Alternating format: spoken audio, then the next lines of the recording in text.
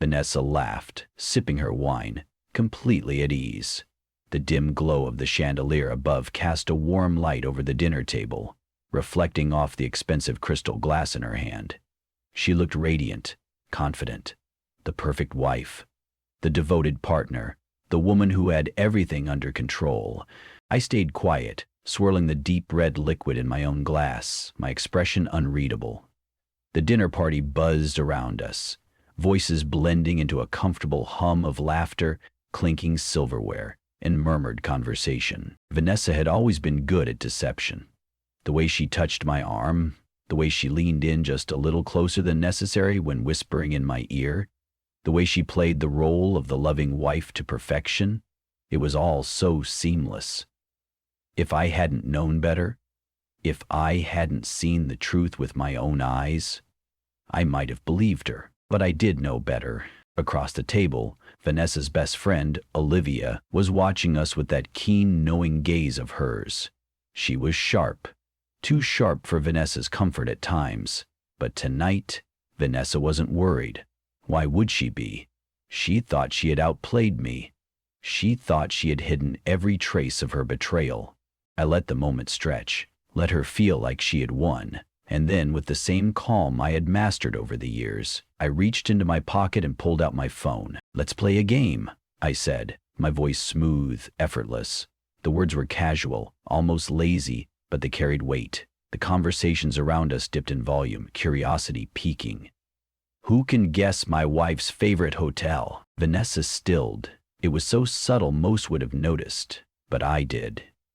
Her fingers, perfectly manicured, tightened around the stem of her glass. A flicker of something, shock, fear, calculation, flashed in her eyes before she smothered it. Olivia's lips parted slightly, as if holding back words. Someone at the far end of the table chuckled, assuming it was just an innocent joke. I leaned back in my chair, setting my phone down on the table, face up. Vanessa's gaze flickered to it, then back to me, and in that instant, I saw it. The panic creeping in, the cracks forming in her mask. She didn't need me to expose her. She had just done it herself. Vanessa's face was frozen, the practiced elegance of her demeanor fracturing in real time. The party, once a lively swirl of conversation and indulgence, had dulled around us. People still spoke, still laughed, but the focus had shifted. Eyes flicked toward Vanessa, to me, to the phone resting between us like a ticking bomb. She let out a soft, airy laugh, the kind she used when she was buying herself time. "That's an odd game, Ethan." Her voice was light, but there was a slight tremor beneath it. "Why would you ask something like that?" I tilted my head slightly, letting a slow smile play at the corner of my lips. "I don't know," I mused. "It just came to me. I figured, after all these years, I should know my wife's preferences better." Her fingers twitched around the stem of her wineglass. She was calculating, analyzing, trying to gauge whether this was just an innocent remark or something more sinister. "Well, that's easy," she said, recovering quickly. "You know I love the Belmere. We went there for our anniversary last year." She lifted her glass to her lips, but I saw the slight tremble before she took a sip. "Ah, yes," I murmured, nodding. "The Belmere, lovely hotel." I turned my gaze toward Olivia, who was watching Vanessa with the sharp gaze of a predator who had just scented blood in the air. "Olivia, do you remember Vanessa mentioning any other favorites?" Olivia hesitated, her lips pursing in that way they did when she was weighing whether to twist the knife. Finally, she gave a casual shrug. "Not really, but then again, I doubt I'd be her first call when booking a room." A few polite chuckles drifted through the table, but the tension was growing thicker, stretching like an elastic band about to snap. Vanessa smiled tightly, but I could see her skin had paled just a fraction. I reached for my phone and tapped the screen, bringing it to life. "That's strange," I said, feigning confusion, because I could have sworn I saw a booking under your name for another hotel, not the Belmere. Vanessa's throat moved as she swallowed hard. "Ethan," she said carefully, her voice low now, her eyes darting around as if she were trying to gauge how many people were paying attention. "I don't know what you're implying, But maybe we should talk about this later. Oh, but why later? I asked, feigning innocence. We're all here, no secrets among friends, right? I turned the phone so she could see the screen. Her name, a reservation, a date. The weight of evidence pressed down on her like an anvil. Her nostrils flared slightly. That's ridiculous, she scoffed, though the conviction in her voice had begun to wane. I never made that reservation. It must be some kind of mistake. I took a leisurely sip of my wine, enjoying the way she squirmed. A mistake? I echoed. That's odd because the check-in was confirmed, room service was ordered, a bottle of your favorite Sauvignon Blanc, even a spa appointment. Whoever made the mistake certainly knew your tastes well. The laughter at the table had died. The only sounds were the clinking of glasses and the muffled hum of the other party guests who weren't yet aware of the spectacle unfolding before them. A muscle in Vanessa's jaw ticked, and she set her glass down, her fingers gripping the table's edge. "Ethan, stop," she hissed, her eyes pleading now. She was beginning to understand. There was no escape, no clever excuse that could fix this. I leaned in slightly, lowering my voice just enough so that only the closest ones could hear. "You know what's funny, Vanessa? I never said which hotel." The color drained from her face. A single gasp came from somewhere at the table. Vanessa blinked rapidly, her mouth parting as though she was about to form a rebuttal, but no words came. I sat back, satisfied, watching as the realization dawned on her.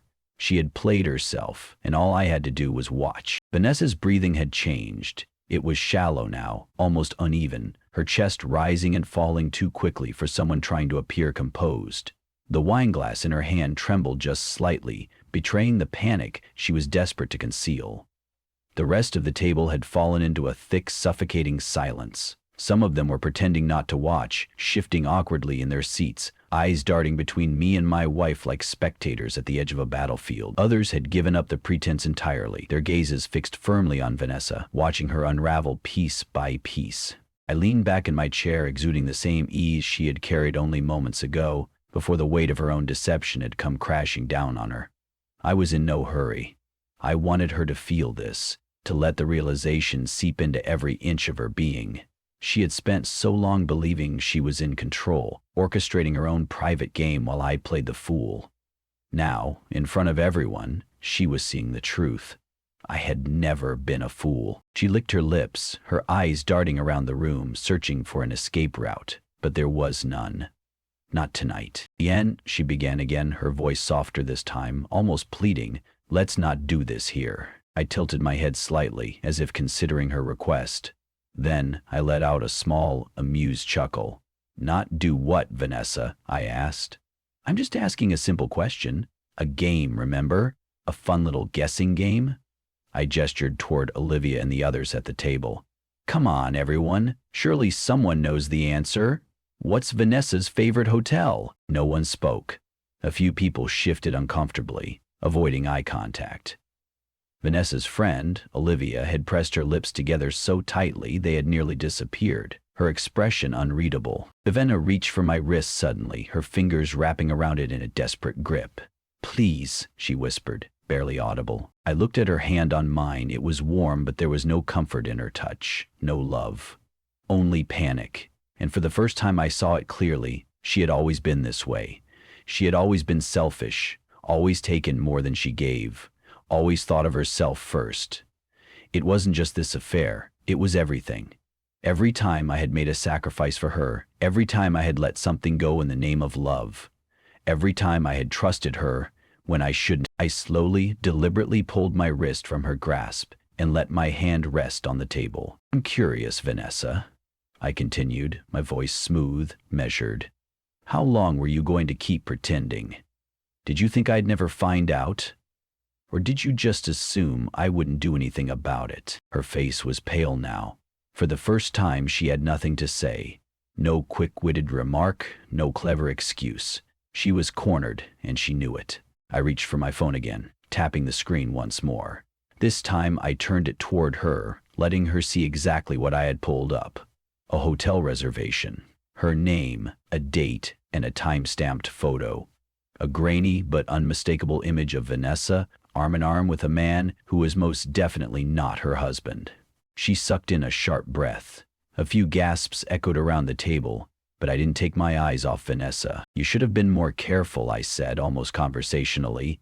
"You were so busy thinking you were getting away with it, you never stopped to wonder if I was watching." Her lower lip trembled. "Ethan, I held up a hand, silencing her. "No, Vanessa, don't insult me by lying now." I leaned forward just slightly. "Here's the thing. You didn't just betray me. You insulted me. You assumed I was too blind to notice, too trusting to suspect. That's what really bothers me. Not that you cheated, but that you thought I was so stupid I'd never see it." Her hands were in her lap now, fingers twisting together. She had never looked so small, so powerless. I exhaled, slow and steady, before finally standing up. The chair scraped softly against the polished floor as I straightened my jacket. Every eye in the room followed me, the anticipation thick enough to choke on. "I think I've had enough for one night," I said casually. "Vanessa, enjoy the rest of your evening." I turned to leave, but before I took my first step, I glanced back at her, smirking. "Oh? And you don't need to come home. Your things will be packed and waiting for you." Vanessa's breath hitched audibly. She opened her mouth as if to protest, but nothing came out. She had lost.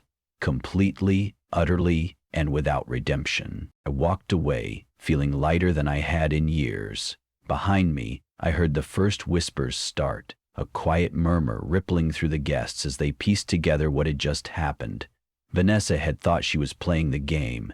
She never realized she was the one being played all along. Vanessa remained frozen in place as I walked away, my footsteps echoing through the now silent dining hall. I didn't need to turn back to know what was happening behind me. I could feel it. The weight of the stairs pressing down on her, the whispers beginning to spread like wildfire, the widening gap between her and the friends she once thought she had control over. The room that had once belonged to her, where she had reigned with effortless charm and manipulation, was now a courtroom where she stood as the guilty party, exposed, humiliated, defenseless. I made my way toward the exit, feeling an unfamiliar lightness settle in my chest. The burden I had carried for so long, the quiet, suffocating knowledge of her betrayal, was finally gone. I had let her walk herself straight into the trap, let her believe she was untouchable, and now she was left standing there, stripped of every illusion she had ever carefully crafted. I stepped outside into the crisp night air, inhaling deeply. It tasted fresher than it had in years. For the first time in a long while, I wasn't weighed down by suspicion, by the need to pretend. The facade was gone, and with it, so was Vanessa. A voice called after me. "Ethan, wait." I knew who it was before I turned around. Olivia. She had been watching the whole thing unfold, her sharp eyes seeing more than she had let on. She had always been one of the few people who could match Vanessa's wit, but unlike Vanessa, she had never used it for deception. I stopped, letting her catch up. She wasn't rushing. She was composed, her heels clicking against the pavement in steady, deliberate steps. When she reached me, she crossed her arms and studied my face. "Well," she said finally, tilting her head. "That was spectacular." I gave a half smile. "Did you enjoy the show?" She let out a quiet chuckle, but there was something else beneath it, an edge of something softer, something close to sympathy. "I'd be lying if I said I didn't see this coming," she admitted. "Vanessa has always been reckless. She thinks she's untouchable, but she never realizes how obvious she can be to the people who actually pay attention." I exhaled slowly, running a hand through my hair. "I let it go on too long," I admitted. "I knew. I always knew. But I wanted her to think she was winning. I wanted her to be the one who destroyed herself." Olivia nodded, as if she understood more than she was saying. "And now?" she asked. I shrugged. "Now, I go home. Without her." She gave me a long look before sighing. "You know she's going to try, right?" I raised an eyebrow. "Try what?" "Damage control, spinning this into something else. Vanessa hates losing, and right now she just lost everything." Olivia glanced toward the restaurant entrance, where I could see the silhouettes of people still lingering, no doubt dissecting every second of what had just happened. She's going to come after you with every excuse, every plea, every bit of charm she has left. I smirked. Let her. Olivia studied me for another moment, then nodded. Well, if you ever need someone to drink with while watching her downfall from a safe distance, let me know. I chuckled, appreciating the offer more than I let on. Noted. I turned to leave again, but before I could take another step, I heard my name, Ethan, and there it was. The voice I had been expecting. Vanessa had finally regained the ability to move, and now she was hurrying toward me, her expensive heels clacking against the pavement in an uneven, frantic rhythm. Her hair was still perfect, her dress still flawless, but her face, the face she had always kept composed, always controlled, was a mask of sheer desperation. "Ethan, please," she gasped, reaching for me. "We need to talk." I didn't move, didn't step forward or backward. I simply stared at her, letting her words hang in the air between us. "There's nothing to talk about, Vanessa," I said, my voice calm, firm. She shook her head wildly. No, this is all a misunderstanding.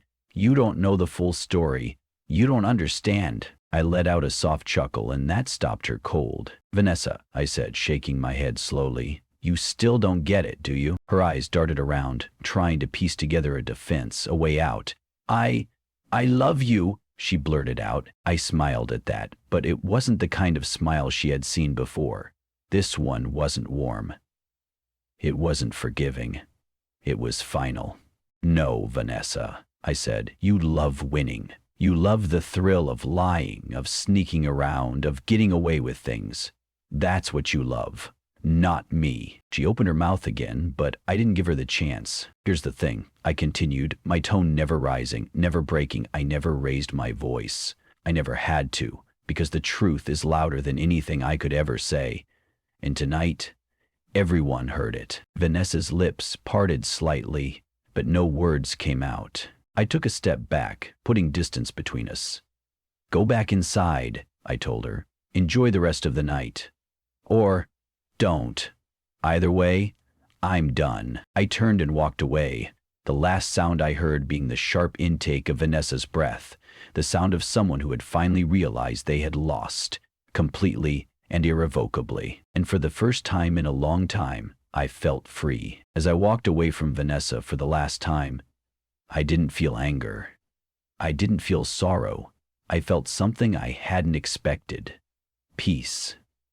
The crisp night air wrapped around me, cool and refreshing, a stark contrast to the suffocating heat of the dining hall, where Vanessa had been left to crumble beneath the weight of her own undoing. For years I had carried the silent burden of knowing. I had watched, observed, let her believe she was in control. She had spent so much time playing her game, perfecting the art of deception, yet she had never stopped to consider that I had seen everything. Every lie, every excuse, every stolen moment when she thought I wasn't watching. She had taken my patience for ignorance, my silence for weakness. Tonight she had learned the truth. I reached my car, pulling open the door with the same unhurried ease that had driven Vanessa to panic. I slid into the driver's seat, gripping the wheel, letting out a slow breath. The world outside the windshield felt different, lighter. I had won. Not by shouting, not by fighting, but by simply allowing her to fall into the trap she had dug for herself. My phone buzzed against the dashboard. I glanced at the screen. Vanessa. I let it ring. Seconds later, another message popped up. "Ethan, please, let's talk." I smirked, shaking my head. Even now she was trying. Even after the truth had been laid bare for everyone to see, she still thought there was a way out. There wasn't. Not this time. I started the engine and pulled out of the parking lot. As the restaurant faded in my rearview mirror, so did the life I had with Vanessa. The carefully constructed facade of our marriage, the image she had spent years curating, was gone. And strangely, I didn't feel bitter about it. She had shown me who she truly was a long time ago. I had just been waiting for the right moment to let her reveal it to everyone else. As I drove, my thoughts drifted to what came next. Divorce, of course. I had already spoken with a lawyer weeks ago. The evidence I had gathered, the hotel receipts, the messages, the surveillance. ensured there would be no debate, no drawn-out legal battle. I had been prepared long before tonight. Would she fight it? Maybe, but what was left for her to fight for? She had built her life around maintaining the illusion of control, and I had shattered it in a single evening. Her reputation, her standing among friends and family, everything had collapsed in an instant. There was no coming back from this. I imagined her now, sitting at the table, surrounded by whispers and stolen glances, the realization sinking in that she was alone, that for the first time there was no script she could follow, no well-crafted lie that would save her. The phone buzzed again, another message. "Ethan, I made a mistake. I can fix this. We can fix this." I let out a small laugh. We? There had never been a we in her mind. Only her. Only what she wanted, what she needed. She wasn't sorry she had cheated. She was sorry she had been caught. I tapped out a single reply. "No, Vanessa, you broke this. And you did it all on your own." I turned onto my street, pulling into the driveway of the house we had once shared, a house that no longer felt like it belonged to us, but only to me. The lights were off, the silence welcoming. Stepping inside, I exhaled, feeling something I hadn't felt in years. Relief. No more pretending, no more playing along with the charade. I wasn't trapped anymore. I walked to the bar cart in the corner, pouring myself a drink. As I took a sip, I stared out the window. The city lights stretching endlessly beyond the horizon. A future I had never fully considered lay before me. A future without Vanessa. And for the first time, that future didn't scare me. It felt like a promise, like freedom. Vanessa's name popped up on my phone once more, her desperation growing. I silenced it. Tomorrow, I would call my lawyer and set the divorce in motion. Tonight, I would enjoy the quiet. Because in the end, the best revenge was never rage. It was simply walking away and letting them destroy themselves.